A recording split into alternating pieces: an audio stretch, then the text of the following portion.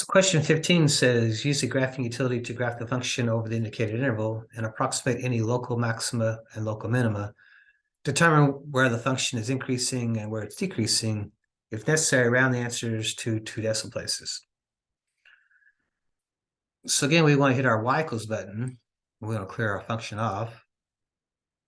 Then we want to type the new function in. So we have this x raised. So I use this little key here to raise the exponent, 3.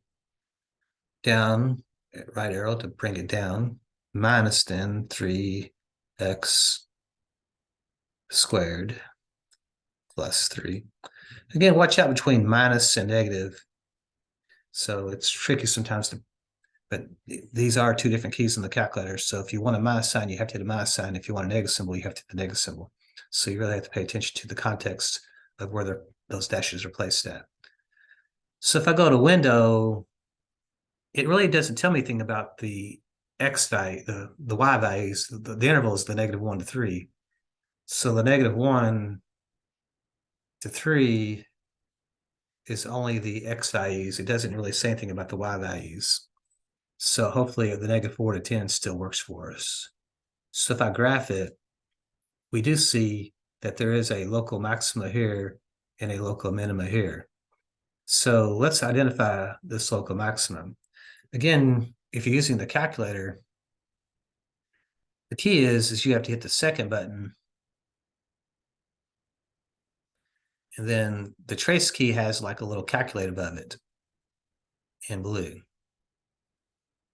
So if you can get to that, that'll take you to the menu that we're looking for. So second, calculate. And again, we saw that there was a maximum, so let's choose number 4 for that.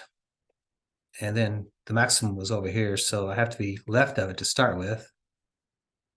So we'll left bound action, and then hit enter. And then notice how it changes to right bound, so you move it to the right of the maximum. So you still got to stay local, don't go too far off.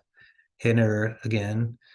And then if you hit enter a third time, it'll take you there, and notice that the x value is basically, see how it's got the e to the -7. They're essentially saying that's basically 0. So 0, 3 is that. So when x is 0, the maximum is 3 looks pretty good. So this one and this one to start with are already where we want. So the next thing is our local minimum. So if we hit the second calculate button again, number 3, we need to now stay to the left of it. So I have to be kind of local to it. I'm left of it, hit enter. Now I need to go to the right. So it dips down and goes back up. So that looks good. Hit enter. And then if I hit enter a third time, it'll take me to that. So when x is around 2, y -1, that looks good. So these two both match there. The catch now is increasing and decreasing.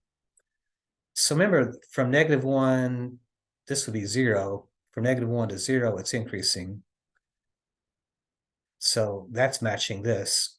And 2 to 3, it's increasing. Notice that 2 to 3, it's increasing. It's decreasing from 0 to 2. So remember, x is 0 to 2, the graph is actually going down. So this one matches all the criteria. So that's going to be our best choice, is this one.